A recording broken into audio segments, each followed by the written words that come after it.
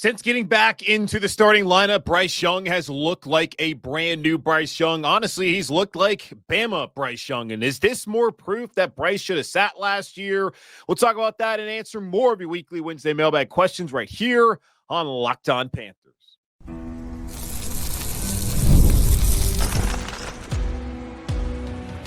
You are Locked On Panthers, your daily Carolina Panthers podcast.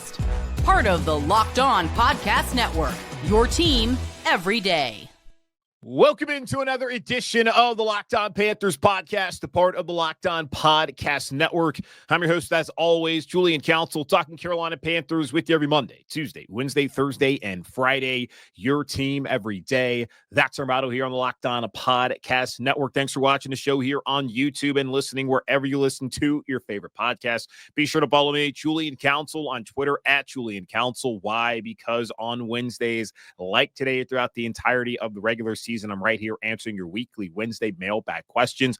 All you got to do is either at me or DM me over on Twitter at Julian Council to get those weekly Wednesday mailbag questions in for next week's show. Today's episode of Locked On Panthers is brought to you by FanDuel. You can start the season with a big return on FanDuel. New customers can place a $5 bet and you can start with $150 in bonus bets if your first $5 bet wins. Visit FanDuel.com to get started today. And we're going to get started today talking about Bryce Young and his resurgence, his renaissance here in Carolina over the last 4 weeks, really the last 3 weeks, where he was outstanding in that loss against Kansas City on Sunday, played well enough to help them win that game against Giants in Munich, and had one of his better games of his career up until that point in the win against Saints before the Panthers made that trip over to Germany. Alex has a question about whether Bryce should have sat last year, looking at the way he's played so far this season after getting that break after being benched in week 2 and the way that some other younger quarterbacks have performed so far in their NFL careers. Alex saying, seeing what's happened over the past few years of rookie quarterbacks, Bryce Young, Anthony Richardson, Will Levis, Malik Willis, Caleb Williams, etc., do you think the league shifts back away from throwing rookies into fire in year one? It feels like the most of the time teams used to have rookies back up vets for a couple of years before they were given the reins. I know there's a financial incentive to lean on the rookie, but is it worth it when the team is in shambles and the rookie gets damaged by it? Not to mention the fans getting upset. It's a copycat league, and I'm surprised that they don't realize that Mahomes and Love are experiencing success because they weren't asked to do it all from day one. Yeah, well, you look at the situation there in Kansas City. The Chiefs already had a playoff team with Alex Smith. They had gone to the playoffs the year prior, and I believe that was the year they lost to the Tennessee Titans of Marcus Mariota through a touchdown to himself. Go back and look at it over on YouTube. I was covering the Titans back around that time, and then they had a chance to go get a quarterback. They got Patrick Mahomes, and he sat there for a year behind Alex Smith, and he got one opportunity to play that season. It was like a week 17 game on the road against Denver. They used that as an opportunity to get to see what he could do, and he played well, and then they moved off of Alex Smith after that season with that plan in place. As we've seen with Green Bay, with Jordan Love, he sat behind Aaron Rodgers for a couple of seasons. They gave him an opportunity last year, reworked that deal so that he could get paid starter money. Didn't really look great at the beginning of the season, but then turned things around, and now we look at Jordan Love as one of the better quarterbacks in the NFC, and not just that, but the NFL. And he sat and waited. Aaron Rodgers also sat and waited in Green Bay, had a ton of success by doing that. Now, not every single team is in a situation where they already have a starting quarterback in a playoff team. You have to understand the situation, and I'm sure you do, Alex, and everyone out there listening right now and watching, that's Kansas City and that Green Bay put Mahomes and Jordan Love into respectively, and can see that not every team can be in that situation. You bring up the Colts. They were coming off a year where they just fired their head coach and they weren't a great team. Will Levis and the Titans, they weren't in a great situation. Malik Willis and the Titans were not in a great situation necessarily. Caleb Williams and the Bears have not been great recently. Like, the vast majority of these quarterbacks are going to be playing for bad teams, and these bad teams can only wait so long until they put those quarterbacks out there because they have to be a part of that building process, which is why NFL teams have been willing, and not really willing, but so eager to throw their young quarterbacks out there. We've seen Jaden Daniels start from day one in Washington, and he's played well so far. We've seen Caleb Williams start from day one up in Chicago. He's had his ups and downs. I think overall he's played pretty well. Bo Nix as well in Denver. He's played well, and he's someone like Jaden Daniels that was in college for 5-6 years and got a ton of starts and experience, and that I think has helped his transition so far both of their transitions so far into the NFL. Now, the Patriots, they wanted to wait when it came to Drake May, but that only lasted for so long when they decided we got to make the change from Jacoby Brissett to Drake May, and they're still not winning games. Drake has looked, I think, encouraging based off what I've seen from New England so far. But overall, it's not like there's a lot to help him. And you wonder, is it the best situation for him to be in? And you look back at last year. Bryce Young stepped into the situation where the Panthers traded away Christian McCaffrey and DJ Moore to get the assets in order to get up there to number one to select him. So they took away the best running back in the NFL and one of the top 15 receivers in the NFL, and then got a rookie quarterback who did not have those guys at his disposal. And they brought in Adam Thielen, DJ Chark, and some other guys that, as we saw, weren't good enough. The offensive line had a bunch of issues. The scheme wasn't great. The amount of men in his ear wasn't great, whether they were working on his fundamentals instead of, well, they weren't. They were really focused more on just getting him out there than working on the fundamentals and giving him really time to adapt to the NFL. You saw all that we saw last year. Now, this year, he had a chance to reset and go into the season with Dave Canales and some new weapons, and it did not look great the first couple of weeks. And then they pressed pause, and being forced to throw Bryce Young back out there, Bryce has played a lot better than what we saw from him last year, what we saw from him in the first 2 weeks of the season against the Saints and against the Chargers. I do think you have a good point there, Alex, as far as maybe teams will look at what Kansas City and what Green Bay have done, but they've already looked at what Kansas City and Green Bay have done and have continued to throw these rookies out there, looking at this rookie draft class, which has been successful thus far. And I wonder, because it's been kind of a trend lately where you want to get quarterbacks who have a select amount of starts in college. And you're seeing with Bo Nix, with Caleb Williams. I mean, Drake May started for 2 years, and that's seen as not that many starts, even though he started like 25 games, I think, in college, because he played 14 the first year. So he played 26, started 26 games, and they acted as if he had barely played, when you got guys like Anthony Richardson who barely played at all at Florida. And then he came out and he was a first-round pick in the draft class that Bryce Young was drafted in. Bryce was a 2-year starter. Will Levis was a 2-year starter at Kentucky. Caleb got to start at Oklahoma as a freshman after taking over in favor of Spencer Rattler. Then he started the last 2 years at USC before going. These guys are getting more experience in college, which I think is going to help their transition. I think a lot of NFL teams are looking at that, at trying to find more experienced guys instead of getting someone who maybe has only started for 1 year. And then now that's the guy that they want to have out there as their franchise quarterback. And understand, like, talk about fans being upset. Like, the ownership and the organizations are just as impatient as the fans, where the situation up in New England, they put Drake May in there before they probably wanted to. They said, let's go ahead and do it, even though they weren't going to win games. And I'm sure last year, had the Panthers start off 0-6, fans would have been clamoring to see Bryce Young instead of Andy Dalton. And would that have been the best thing for Bryce based off the situation last year? Probably not. But I think these organizations, just like the fans, are both impatient and make mistakes year in and year out with these quarterbacks. And we'll see if that trend changes. But clearly, Bryce should have sat last year, and maybe things would have worked out differently at the beginning of this year. Maybe Frank Reich would still be here. We don't know. But he didn't need to be thrown out there immediately like he was a year ago. And I guess there's probably a conversation about this year, which Fred has a conversation about this year, and Bryce Young saying, I have a theory for you. What if Dave Canales came in and tried it with Bryce and realized that he should have sat the entirety of last year, and he benched him to give him that year to sit like he should have, but Dalton's injury caused him to start earlier than planned?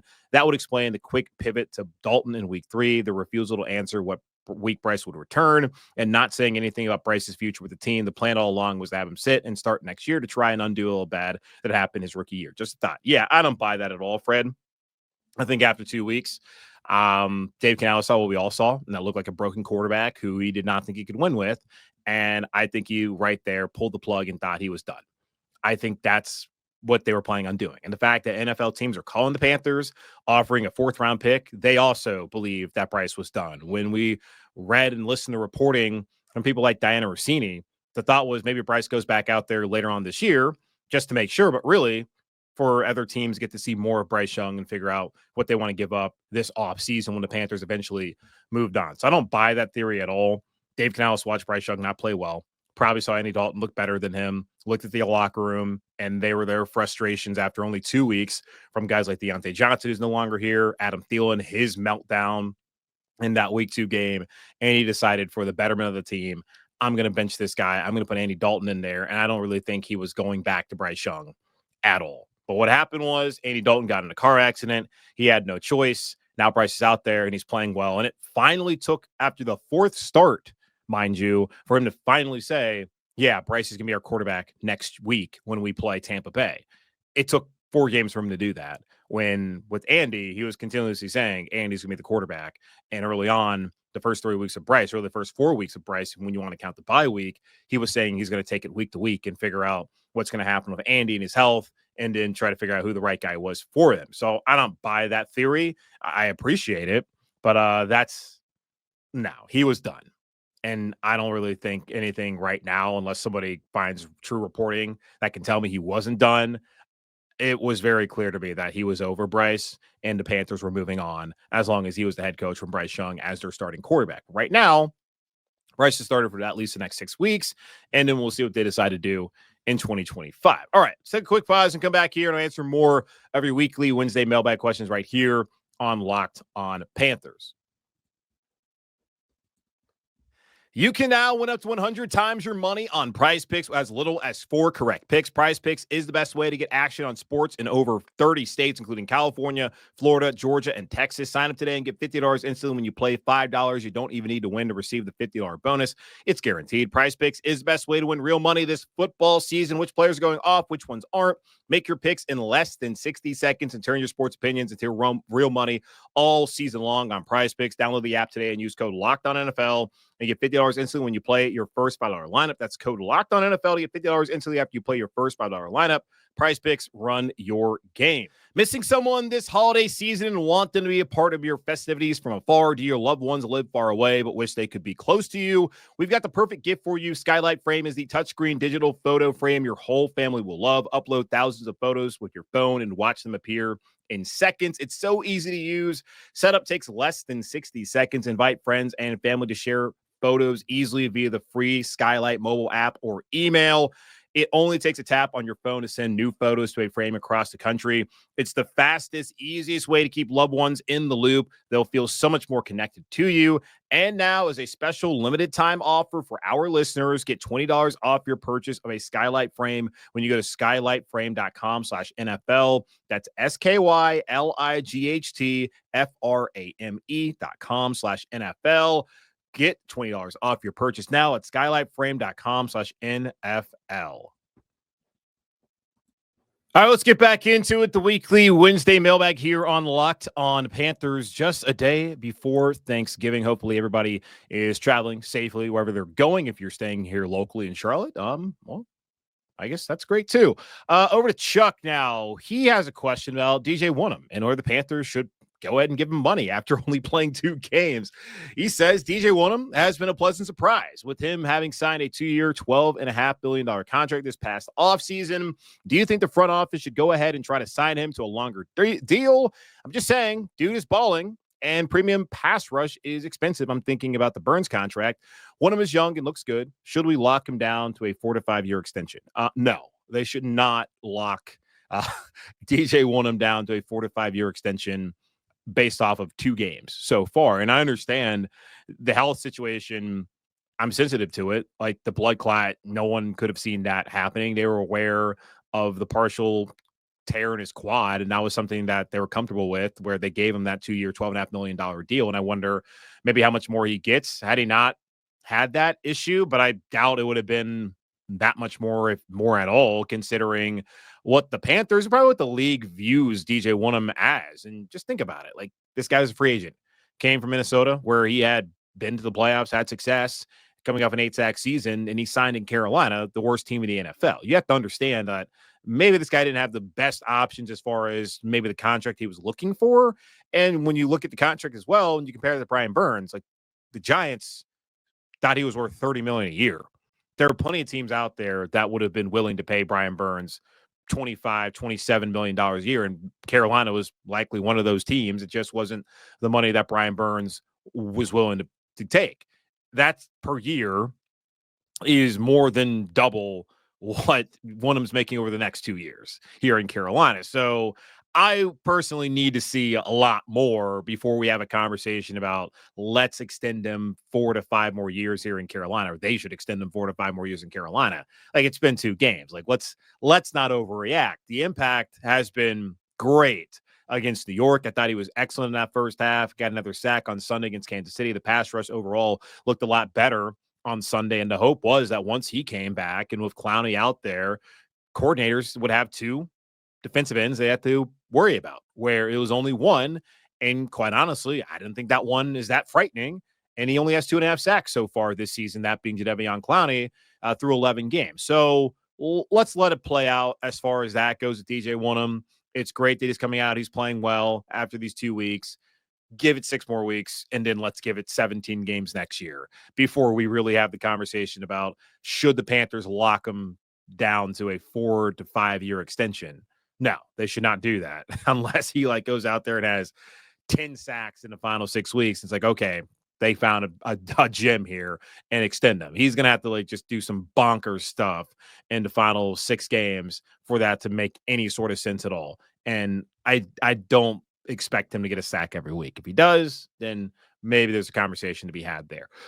Kurt has another question about the defense and really the resource allocation this offseason for the Panthers as far as the roster goes. He says, while the defense is getting better, creating turnovers against the Giants and the 5 sacks against Kansas City, it's still not great by any means, though. I mean, looking at the snap counts for KC or versus KC, out of the 18 players that played on defense, I see only 5 that for sure will be back next year. He believes Josie Jewell, Jaycee Horn, Trevin Wallace, Robinson. Why am I forgetting who's Ashawn Robinson? Yes. And DJ Wonnum, with the rookies flashing on offense and O-line short up. How much of resources for free agency and draft do you think will go to the defense or need to go 80% or higher? Oh, I don't know, man. I wouldn't say that offensively everything is short up with the offensive line. With Icky, he'll be back next year. They got the 5th year option to figure out there at left tackle. I don't know. I wouldn't give it to him right now. I would think they need to let him play out the contract next season and figure out what to do. You look at Damian Lewis. He's set there at left guard. Right guard, Robert Hunt. Taylor Moton at right tackle. We'll see. It's possible they move off of him after this season, depending on the cap situation and what the deal is. I mean, let's look. Let me pull up his contract right here in front of me as we're talking about this, because I don't think I think there's an out in his deal after this year. So let's see. He's under contract in 2025. That's the final year of his deal. And the Panthers cut him. There would be $18 million of dead cap money, but there would be a $12 million of cap savings if they went out there and let him go. Now, if they let's see, if they restructured, which they've done a lot, that would be $12 million. I think they did end up restructuring his contract this offseason. I can't remember whether that was the case or not. That's something to monitor as well. So I don't know if they're set because I got to figure out center. Cade Mays is getting an opportunity to be that guy right now. He is a restricted free agent. So if Carolina wants to keep him, they can keep him. Brady Christensen is a free agent, and maybe they want to bring him back and possibly replace Taylor Moton with Brady Christensen at right tackle. We'll see. I can't say for sure that the offensive line is settled because it's not. There's still some questions. We talked about this last Monday with Mike K, the Charlotte Observer, some of the things the Panthers could do on the offensive line. So they got to figure that out. You look at receiver, Legette, obviously he's back next year. Same case when it comes with Jalen Coker. Thielen, I don't know. We'll see. They're going to maybe need to get another guy. And you look at Legette, you look at Coker, they've been impressive so far. Do you know for sure that you have that alpha? I'm not so sure right now. I would be willing to spend some big money for a receiver this offseason, quite honestly. Here in Carolina, they got tight end as far as the guy who's going to be their pass-catching tight end figured out. They're going to have to figure out what they want to do with Trimble and with Ian Thomas. So defensively, they do need another – I think they need to get another defensive tackle. I mean, Shai Tuttle's going to be gone after this year. Linebacker, they're probably set there in the middle with Jewell and with Trevin Wallace. Then at corner, they got to make a decision on Mike Jackson, on Dane Jackson, and at safety, they got some decisions to make as Nick Scott, Jordan Fuller, and Xavier Woods are all free agents after this year. I don't think it's just going to be 80% resource allocation all on the defense at all. Like, they still have plenty of questions on offense. And let's not get it twisted. Like, I think the quarterback's been the main issue why they've not been great in the passing game so far this season, but they could still improve at wide receiver. I still think that they need more talent across the board on the roster, and it's not just on defense. That's just one man's opinion, but I don't think it's set in stone offensively as far as the O-line goes, and just in general. Like, they still have areas they can improve to really get to where this franchise wants to go moving forward. All right, got a couple more questions here on this weekly Wednesday mailbag, and I'll answer more of them here in just a moment on Locked on Panthers. Get ready to tackle the NFL action with FanDuel, America's #1 sportsbook, because right now new customers can bet $5 and get $150 in bonus bets if you win. The FanDuel Sportsbook app gives you everything you need to place live bets on the NFL all in one place. So when you get a hunch in the middle of the game, you can check out the latest stats, view live play-by-play, and so much more on the same page where you place your bets. And looking at FanDuel right now, the line has gone down. The Panthers were 6.5-point underdogs and now only 5.5-point underdogs against Tampa Bay at home, 4:05 Eastern time on Sunday inside Bank of America Stadium in Uptown Charlotte, plus 205 money line. And the over-under is set there at 46.5, which I believe has gone down. I think it was 48.5 when we talked about this on yesterday's show. Just visit FanDuel.com to join today. You'll get started with $150 in bonus bets if you win your first $5 bet. That's FanDuel.com. Never waste a hunch and make every moment more. FanDuel, an official sportsbook partner of the NFL. Few more questions here on this weekly Wednesday mailbag edition of Locked on Panthers. Now going over to Liam, who I had the pleasure of meeting in Germany at the Augustiner Stammhaus, which was the Carolina Panthers team pub bar all week long there in Munich. And when I met Liam, I was going to get in line for a beer. But instead, there Liam was with a nice, hefty beer stein for me. And yeah, that's where it all began. That Saturday in Munich, and had me hurting all the next day at that game where I really thought I was going to die for a minute there. Thank you though, Liam, and everybody who got me beers. I hope I never see a beer stein again for the rest of my life. Seriously. But Liam has a question here about, Xavier Legette. We just talked about the receivers on the other side and how they could be improved. They still need some more talent, and we got to see more from Coker and Legette to really feel like things are set there at receiver. Not saying that they're set, but heading in the right direction clearly. Liam says the Panthers look great on Sunday versus Kansas City, and the future is bright. Bryce Young looks reborn. I don't want to be a pessimist, he says, but I think we need to talk about an issue that is actually costing us massively at the moment. Xavier Legette.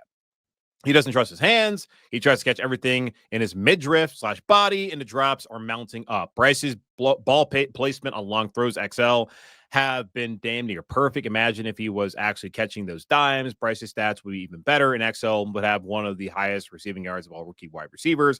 I just think for a first-round pick, we should be getting a safe pair of hands as standard. Yeah, well, you're not wrong. Like, go back to the Saints game. Like, that interception that Bryce threw was a great throw to Legette that was just ripped out of his hands, and that's unacceptable on every level. The game on Sunday, that throw that Bryce had to him on the final offensive possession that Carolina had, another drop that's just unacceptable. Now, Bryce has overthrown him a couple of times, I will say that, and there have been times, too, where Legette has made catches over the middle and taken a hit and held on to it, but he has had some pretty bad drops, not from Bryce Young only, but you go back to the Cincinnati game, 2 horrific drops in that. One of them that ended a drive where the Panthers had just got a turnover and had to settle for a field goal instead of being able to go down there and kick or score a touchdown instead. And that turned out to be one of the differences in the game in that loss against the Bengals. He's got to be better. Absolutely. And I've seen it. I've seen plenty of people bring it up. I did see someone bring up too that maybe like his wrist injury that he had. And I guess, man, I don't remember there's so many guys on the freaking injury report every week. It's hard to keep up with like who's hurt and who's not hurt. Cause it's like everybody on this team in Carolina is hurt, but someone said that he had a wrist injury. And I guess I kind of got to go back and figure out whether that's been the case. Cause last week he was not on the injury report. So that means he should be fine. Week 11, if it will pop up, which it's not. Okay, week 11, which is not okay. Well, this thing's not working for me, but I don't recall him being. They didn't play in week 11. Duh. Week 10. Let's see. I'm not seeing him on the injury report in week 10. I'm not seeing him on the injury report last week. Week 9, maybe was he on injury report then? Week 9. Yeah, he had a toe. So I don't know where that came from. I don't know why that person tweeted that out. Either way, there's not an excuse for it. You got to catch the ball, man. That's literally his job, is catch the ball. And he hasn't a couple times lately. And that's got to improve if Carolina is going to really depend on him moving forward. And yeah, I mean, really, that's as simple as that. Catch the ball. I don't know how concerning he should be right now. He's a rookie. Give him some time. And understand, there's a lot of guys that were taken ahead of him and what was perceived as a deep wide receiver class. And he was set to be a second-round pick. Had Buffalo sat there, they were going to take Keon Coleman, and he was going to be a second-round pick. Now, he's going to be the first pick in the second round, which effectively is a first-round pick, but it's not. Just think it still needs some time. He had one good year at South Carolina. We talked plenty about it back in the offseason, about the injuries and about why he may have not played well in Columbia. But still, like, I'm never a fan of a guy who just all out of nowhere becomes like this sensation, because it's like, okay, where was this? Why did it take so long? He ain't getting 5 years to prove in the NFL. He's going to have to figure it out pretty damn soon, just like a quarterback would, not as soon, but he's going to have to figure it out. And I'm not saying like there's like this massive issue that we had to deal with Xavier Legette in Carolina, but that is slightly concerning so far. Okay, Rod, final question here on this show. He asked, Jaycee Horn had some issues with being over-aggressive and too grabby back at South Carolina. Yeah, he did. Should Panther fans be concerned with these back-breaking penalties, as Jaycee is expected to sign a long-term contract? They had a conversation on Sunday, actually, when watching the game. They're in the press box with Nick Carboni of WCNC. By the way, gone with him every Sunday night following Sunday Night Football there, Charlotte's NBC affiliate. You also can see it on YouTube, as I typically will retweet whatever he puts out there, our conversations breaking down the game and the state of affairs here in Carolina. And I had told him, like, this really feels a lot like South Carolina Jaycee Horn, as he got penalized a ton. And it really depends on the officiating crew. Some crews are willing to let them play through it more, and another crews are like, nah, you can't touch the receiver at all. And there were a couple that we were like, I mean, all of them were pretty blatant, quite honestly. I saw one before the flag was even thrown, like, that's clearly a hold, and there comes the flag. All of them were penalties, and he's not been like super penalized this season. So I wouldn't sit here based off of one game and be concerned about, can the Panthers trust Jaycee Horn to not have these backbreaking penalties and sign him to a long-term contract. The only concern I had about Jaycee Horn coming into the season was, can he play a full season? And so far, that's me knocking on wood, he has done it. So that's all that matters to me. He's played well. He's been healthy. Again, knock on wood. One bad outing, not a big deal. All right, that's going to wrap up this edition of the Locked On Panthers podcast, part of the Locked On Podcast Network, hosted by yours truly, Julian Council. Again, y'all, subscribe or follow the show for free on YouTube or wherever you listen to your favorite podcast. And be sure to follow me, Julian Council, on Twitter at Julian Council, where, again, I'm right here every Wednesday for the rest of the regular season. Right now, only 5 more weeks. Maybe they'll be extended. We'll see how this team plays down the stretch. And all you got to do is either at me or DM me to get those questions in for next week's edition of the show following the game. But in the meantime, be safe, be happy, be whole as always, and forever keep pounding. And yeah, there's going to be a show on Thanksgiving. So if you're driving down the road or staying at home, you can listen to me and James Yarko for our Locked On NFL Crossover Thursday, presented by PrizePicks, right here tomorrow on Locked On Panthers.